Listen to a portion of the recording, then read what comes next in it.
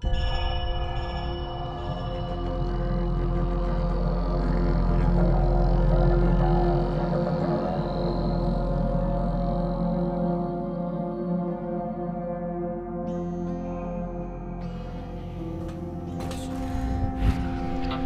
everybody, I'm Seamus. I'm Rootsguy. I'm Chris. And I'm Josh. Yeah, more running around on rooftops and stabbing dudes in the face places. Hey, we got a message for you from Slackjaw. Okay. He wants to talk. Is he going to By complain far the about the best. time that I broke into his place and stole the bone charm? Well, that's interesting. So, last time I killed all the dudes that were supposed to ambush you, and they didn't ambush me. That's kind of cool. So fun fact, you have to do the side quest with Slackjaw right here if you want the non-lethal ending for the game for this mission. He is your only way to do this without killing the Pendleton. It always struck me, I didn't take this option, but it struck me as being kind of weird. It's like, hey, do this job for me, and I'll make the Pendleton brothers disappear forever, and you won't even have to go and do the mission at the Golden Cat at all, and you'll never see them. And I was like, wait, you're offering me a chance to not do this level? Yeah, You still- I remember you complaining. You still have to go. You have to go to the Golden Cat because you have Right. to free the Empress, and you actually have to interrogate a guy there for some information that Slackjaw needs to do the thing for you. So basically, you have a change of targets. You have to actually torture a man, like strapped into a chair.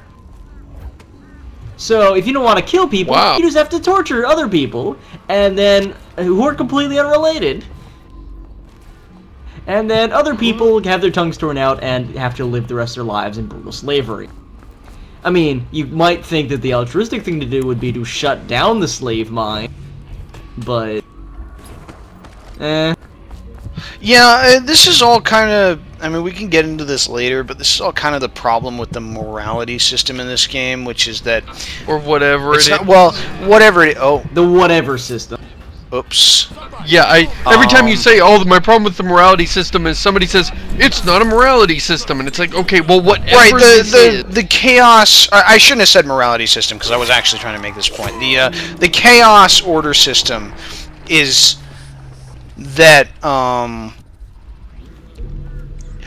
the only thing it seems to really care about is whether or not you killed people. That's the only... Like, killing people is inherently chaotic, and not killing them is inherently not chaotic. And that's kind of... I think that's too simplistic. Right, it doesn't really has seem to the key to resonate that with room? their conception of chaos. That's the problem with saying, you know, chaos order isn't a morality system, because it isn't much of anything. And the Right, thing and- that it looks like, the thing that it acts like, is a morality system because it's contingent on whether or not you murder people. But it doesn't behave like a morality system, so you got the people who want like to be making meaningful moral choices being like, well, I don't have a moral choice. And you have the Guys. people who wanted something interesting who don't have anything to work with. I think I messed up a little bit. Well, the problem is that the chaos system judges you. I mean, it acts like a moral choice system in that whether you consider it a good versus evil dichotomy or not, the game ultimately says, you know, you are a good guy for choosing the low chaos rating, or you're, you know, not a good guy, or you get punished for choosing the high chaos rating. Exactly, like at the end of the game, your charge draws a picture of your face, and if you did high chaos, she draws a picture of like the evil skull. And if you did low chaos, she does like a nice happy portrait of you. It's pretty obvious how they are valuing you. Like, you can't just say it's not a moral choice system because we didn't call it a moral choice system. I mean, it ostensibly isn't a moral choice system because you're not really given a choice between good and evil. You're given a choice between killing and not killing. And I still think it's a choice between, like... Hello there, Reginald Cuthbert. Way I figure it, there ain't nobody around here except those two Pendletons over at the Golden. I So love you this guy's trashed- pants. Right, ain't I? You trash their entire place, break all their booze, stumble half, like, aware into this room, and then he's gonna give you a quest. I even killed one of them because I jumped on his head and he got pissed off by that. Not sure why. Yeah, but nobody liked that guy. Security at the Golden Cat tonight, though. I really do like Slackjaw. But you're gonna walk in there and just like that and kill the It's because Yes, you I and did write for the Seamus worked for the Escapist at Escapist. one point. Take care of them. We made the same joke. You did something for me first, understand? Someone, I don't know who, is killing my men, taking my territory, stealing. I like this guy's We need a accent. It's definitely not me. Might be a fellow named. we need like I said we need a song to sing while they're giving exposition because it's just Well, now there's just I a need lot to of it in this know game what sometimes. happened to him. Want me to take care of it? I can take care of this. I No, can- no, it was a hypothetical. Yeah. Are you sure? Because I've got the Oh, sheet music yeah, right here. Speaking of morality systems, I'm glad you brought that up, Rutsgarn. Because, no, I forget what I was going to say about morality systems, but it was It's really okay, important and that was very the moral. exposition. You don't mind Oh, if no, I use the- your elixir thing for free? The thing that drives me crazy is about the chaos system is it increases chaos when you kill people that have the plague, and letting them live decreases chaos, even though they're spreading the What are plague. you doing? You just put plague in that thing. No, I You didn't. just put plague in that thing. Did you- We're like, Did you forget Didn't you about do what that happened last? last time? No, we killed Granny Rags and couldn't finish it, so we didn't. oh right. By I killed guess Granny just Rags, I assumed- mean knocked her out, which happens to count as a kill in the game for reasons of bugs.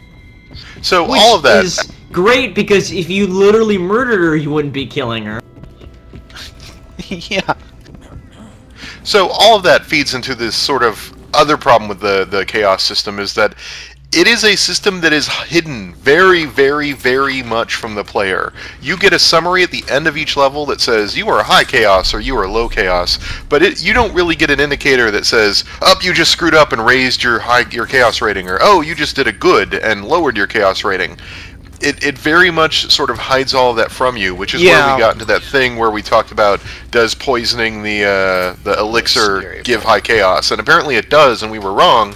But that just goes to show you how little they inform the player, and that's important because usually when you're hiding mechanics from a player, it's to either present a sense of randomness or to hide information from a player that needs to be hidden. This is information that arguably a player needs to know to make informed decisions about their play. Yeah, it feels like it would benefit more from, maybe like a KOTOR system where, oh, shit. And it's not something that can be intuited either. The whole killing Weepers increases chaos is not something that you would intuitively assume. You would think, oh, getting rid of plague victims would decrease the amount of the amount of madness in the... It's easy to see how the system came about. It was completely a gameplay consideration. You got a bunch of designers in a room, they're like, okay, so we have a lot of powers here. We want people to be playing this sort of stealthily because we want them to embody that sort of sneaking around thing. And if they don't want to play it stealthily, we want them to be met with increased resistance. So how do we do that? Well, we introduce a system wherein if someone isn't subtle, they create, let's say, chaos. And as chaos goes up, more enemies appear. And that could have worked if it had been notoriety or something. That's interesting. Yeah. Infamy. Right. Infamy is good. The worst part about it is it's not even that complex. Like, sometime after the game came out, someone discovered, or the devs revealed, I think it was the devs revealed that, oh, come on! Oh, wait. Oh, okay. It's just a random rat swarm. Huh. Probably Somebody because get all over your here. chaos These lasts. That was Feed weird! yourself. What the hell was that? I'm sure it's because you're playing high chaos, you get more rat swarms.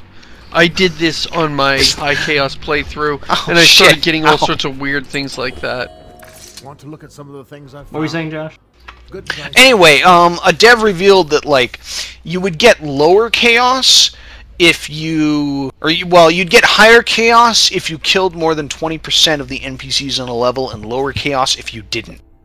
And that was, like, the big thing when it came to chaos was how many people in the level, like what percentage of the people in the level you killed, which is really gamey when you think about it. Right, and not taking into account who they were, or why you might have killed them, or what effect they were having on the world. It's just 20%. Dunwall citizen. Well, and then you also take into account that, like, so many of the ways that these guys can die are stupid, or at least accidental. Where if you knock a guy out with a tranq dart and then throw him down on the ground, but he accidentally falls down the stairs when you drop him, he could die. Or if you drop him and he accidentally slides in the water, he could die.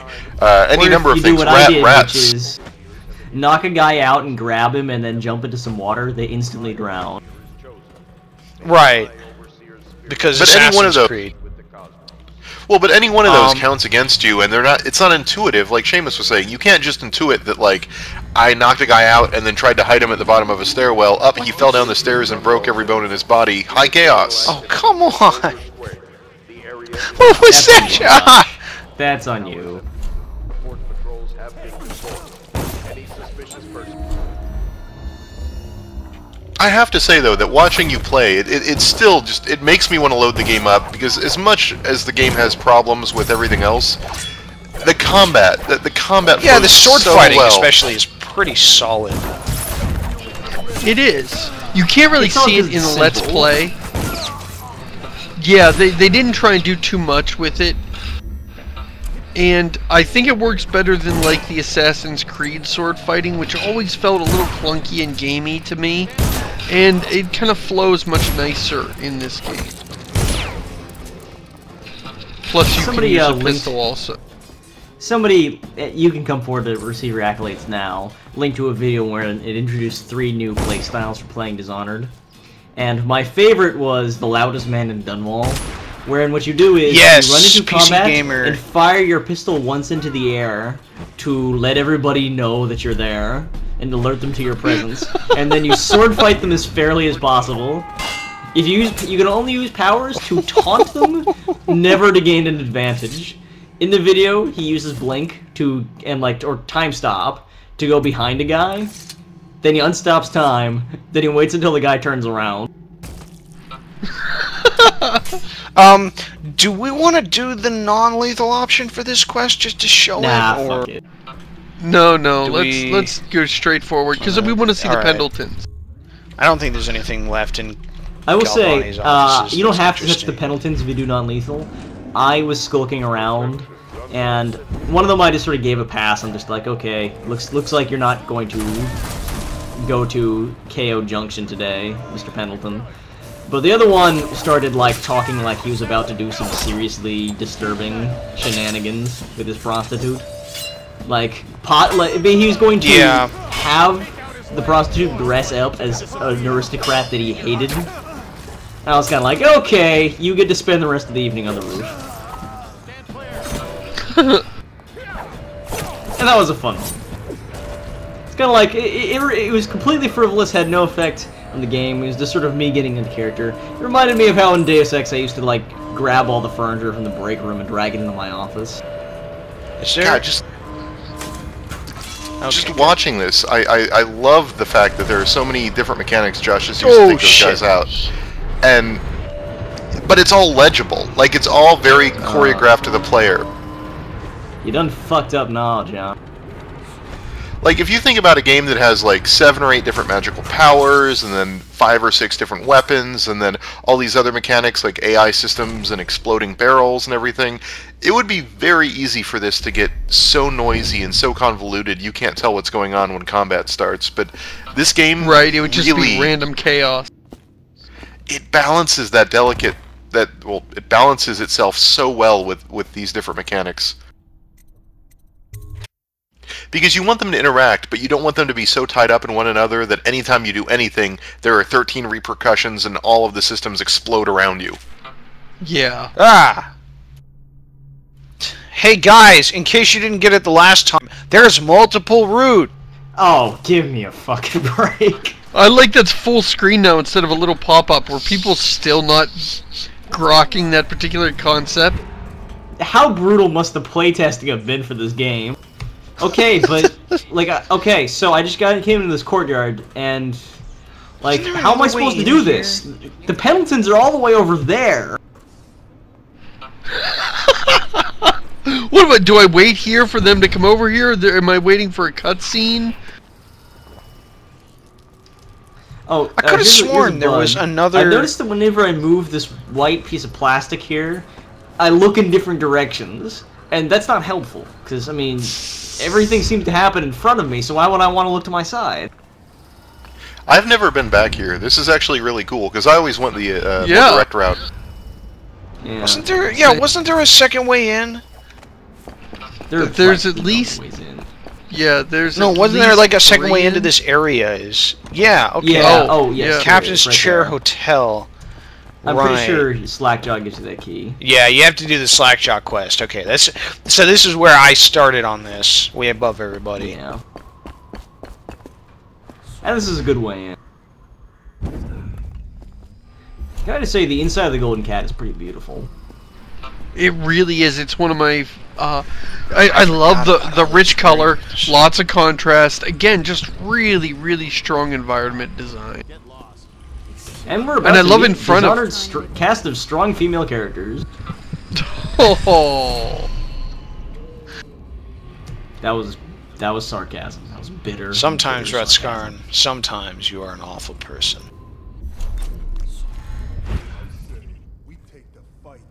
I'm actually I'm surprised. That's one thing we really have not touched on yet is Dishonored and the.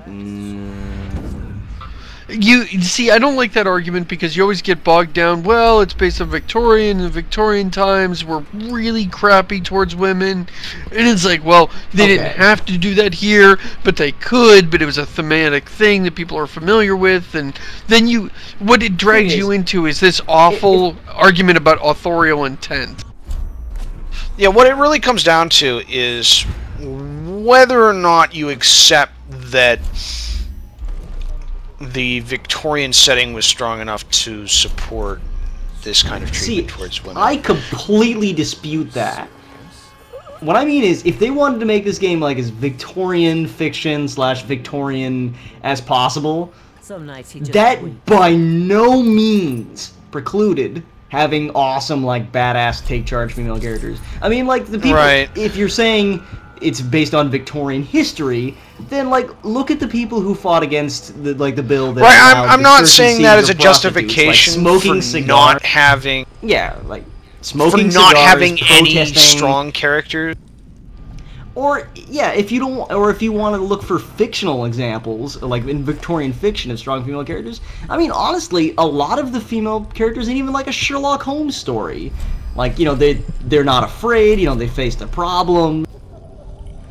And I won't say that, like, that's not true of some of the characters in this game, but all of them are just such weak tea. Well, but you could say the same thing compared about... to even compared to the bad characterizations of almost everyone else, yes. Is that Emily? Yeah, Are you even checking if her out? no, even if you accept Yeah, that was Emily. that they don't have a lot of power in the society they're in, they're not really that interesting. I think that's Right. what bothers me most. Is it's like, what hopes and dreams do these women have? What do they have going on in their lives besides walking around and looking all doe-eyed like they're drunk or hungover? Pretty much the only female character, like, not counting the Empress who dies immediately, and Emily right. who Oh yeah, that's has right. no real character either, who wants anything, is Callista, and she wants to be a mother.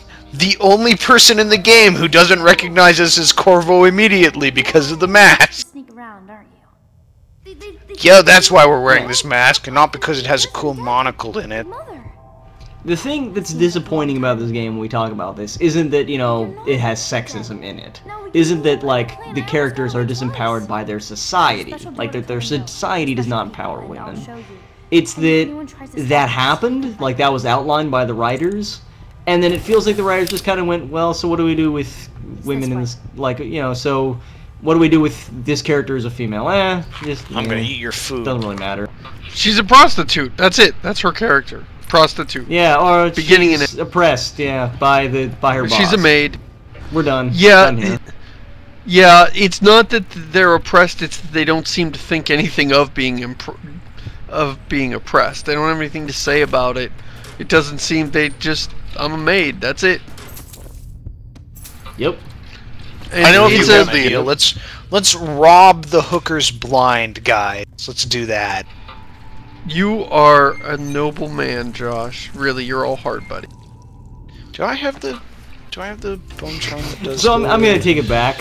They're not disempowered by society. They are disempowered by Josh taking all of their shit. What the hell is that?